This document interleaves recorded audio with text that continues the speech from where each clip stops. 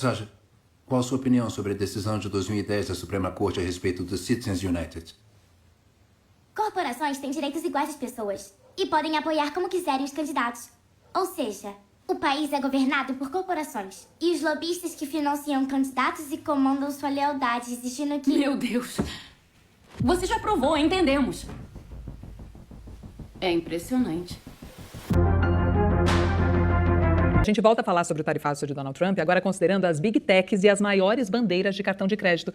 Tem um lobby das bandeiras de cartão de crédito por trás disso? O que você enxerga nesse contexto? O Pix ele é uma vitória do sistema brasileiro e o Pix ele é visto como um modelo a ser seguido por vários outros países, né? Ele democratiza o acesso ao pagamento, ele facilita o acesso ao pagamento e agora até mesmo com a possibilidade do parcelamento do Pix, isso daí obviamente que vai bater de frente com quem? Com quem tem o monopólio desse mercado, que são as grandes bandeiras de crédito, né? Que estão entre as Big Techs. Por que elas estão entre as Big Techs? Porque elas têm muito dado. Então, quando a gente faz compra, quando a gente usa o cartão, quando a gente parcela alguma coisa, a gente está gerando muito dado.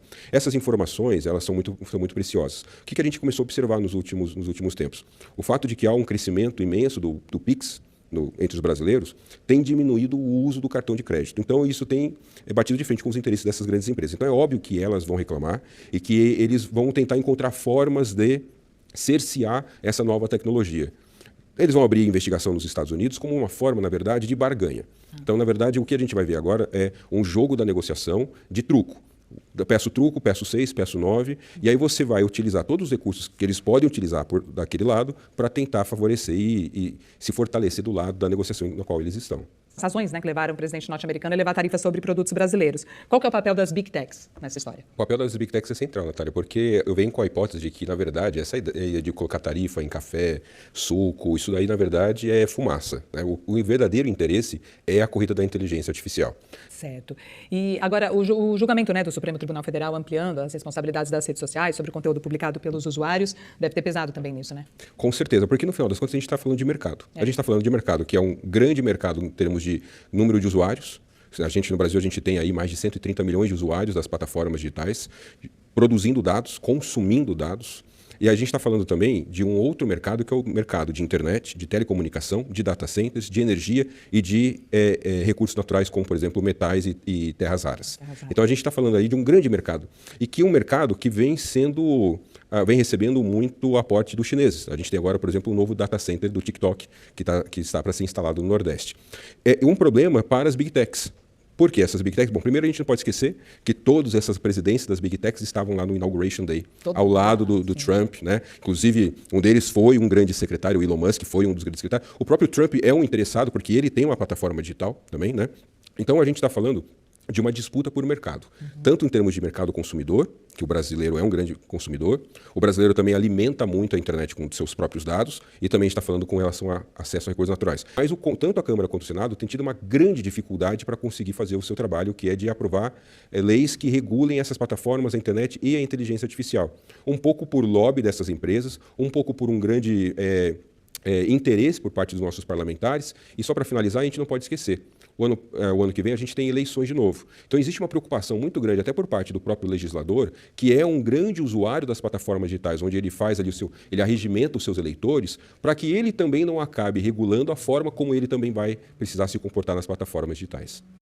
O país assiste, em silêncio, à consolidação de um poder sem precedentes, um sistema de espionagem digital montado dentro do próprio judiciário. Uma investigação conduzida pelo jornalista David Agap revela que o Brasil construiu um aparato clandestino de vigilância em escala industrial, financiado com dinheiro público, travestido de defesa da democracia, mas utilizado para vigiar, classificar e perseguir cidadãos. Durante as eleições de 2022, o Tribunal Superior Eleitoral firmou um convênio secreto com a empresa Palver Consultoria, apresentada como especialista em análise de narrativas digitais. Na prática, a Palver espionava mais de 100 mil grupos de WhatsApp e Telegram. Cada mensagem, cada emoji, cada áudio, cada vídeo, tudo era rastreado, indexado e repassado ao TSE, violando frontalmente a lei e o direito à privacidade. Expressões como voto auditável, fraude nas urnas ou o nome de ministros como Moraes e Barroso acionavam alertas automáticos. Esses conteúdos eram classificados como potencialmente perigosos e inseridos em relatórios internos. sem mandado judicial, sem transparência e sem consentimento.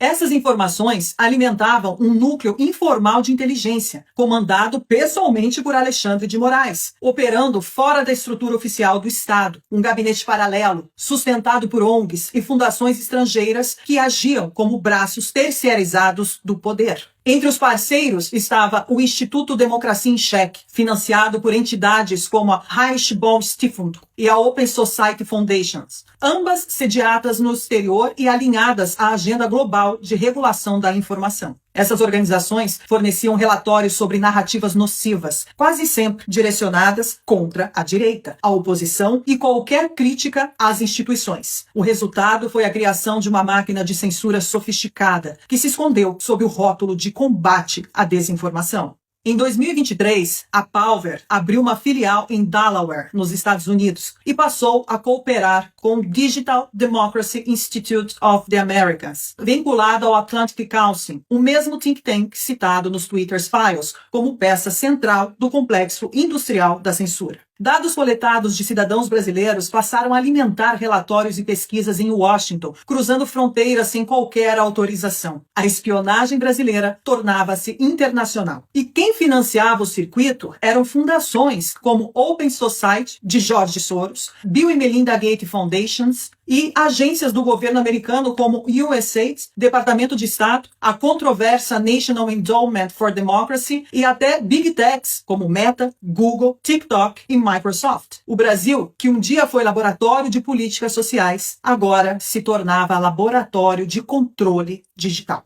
No Brasil, a Palver consolidou sua reputação ao lado da agência de checagem Lupa, parceira do TSE e do consórcio de imprensa. Juntas, produziram relatórios sobre os atos de 8 de janeiro de 2023, documentos que serviram para embasar decisões judiciais e campanhas de narrativa. O resultado foi o Prêmio de Inovação em Jornalismo de Combate à Desinformação, concedido pelo International Center for Journalists, uma organização financiada pelos mesmos grupos que bancam a rede global de censura. Mas o Centro Internacional para Jornalistas também figura como articulador de parcerias entre o governo americano e organizações militantes como o Sleep Giants Brasil. Em 2024, o TSE institucionalizou o sistema e criou o CIED, o Centro Integrado de Enfrentamento à Desinformação e Defesa da Democracia Eleitoral. Um nome bonito para um pesadelo orwelliano. O logotipo é um olho, que tudo vê, o símbolo perfeito para um Estado que já não precisa mais de espiões, porque agora possui também servidores, algoritmos e convênios sigilosos. O CIED é integrado pela Polícia Federal, Ministério Público, ABIN e Big Techs, todas subordinadas à Justiça Eleitoral. Os mesmos que conduzem, fiscalizam e proclamam o resultado das eleições. Tudo isso em nome daquilo que eles chamam de defesa da democracia.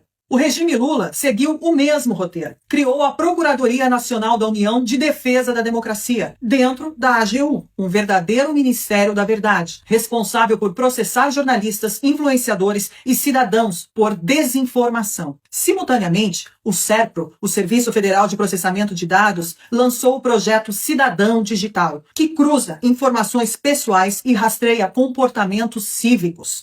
E para completar o círculo, o governo unificou o CPF como número único, impôs a nova carteira de identidade nacional com chip e biometria facial e prepara o DREX, a moeda digital rastreável do Banco Central. Identidade, dinheiro, dados e voz, tudo centralizado, tudo sob vigilância. O que o mundo teme para o futuro, o Brasil já vive no presente. Hoje, o país vive sob uma juristocracia totalitária em que juízes não apenas aplicam a lei, mas eles a reescrevem. O mesmo Supremo que persegue por opinião agora tem acesso a bancos biométricos, dados financeiros e conversas privadas. E quem denuncia isso é tratado como inimigo da democracia. Não se defende com censura. Não se protege a liberdade vigiando cidadãos. Isso tem outro nome: autoritarismo judicial. Nos Estados Unidos, esse sistema foi denunciado por Mike Pence, ex-funcionário do Departamento de Estado, que expôs ao Congresso a criação do Complexo Industrial da Censura, uma rede global de controle informacional travestida de combate à desinformação. No Brasil, o mesmo modelo foi institucionalizado e aplaudido, ignorando as denúncias de Eduardo Talhaferro, ex-chefe do Departamento de Enfrentamento à Desinformação do TSE, sob o comando de Alexandre de Moraes. Talhaferro denunciou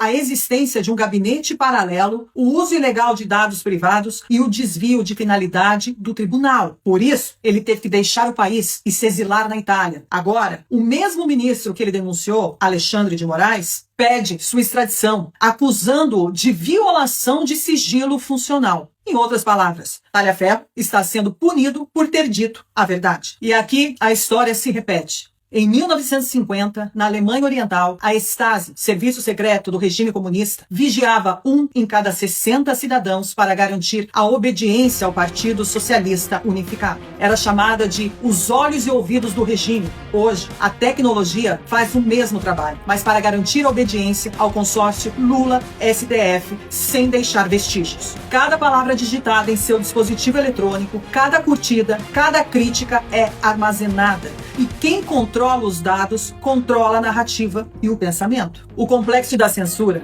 é a nova forma de poder. E o poder, quando deixa de ter limites, deixa também de ter moral. E passa a ser crime por natureza. Um crime hediondo contra a liberdade, contra a privacidade e contra o seu próprio povo.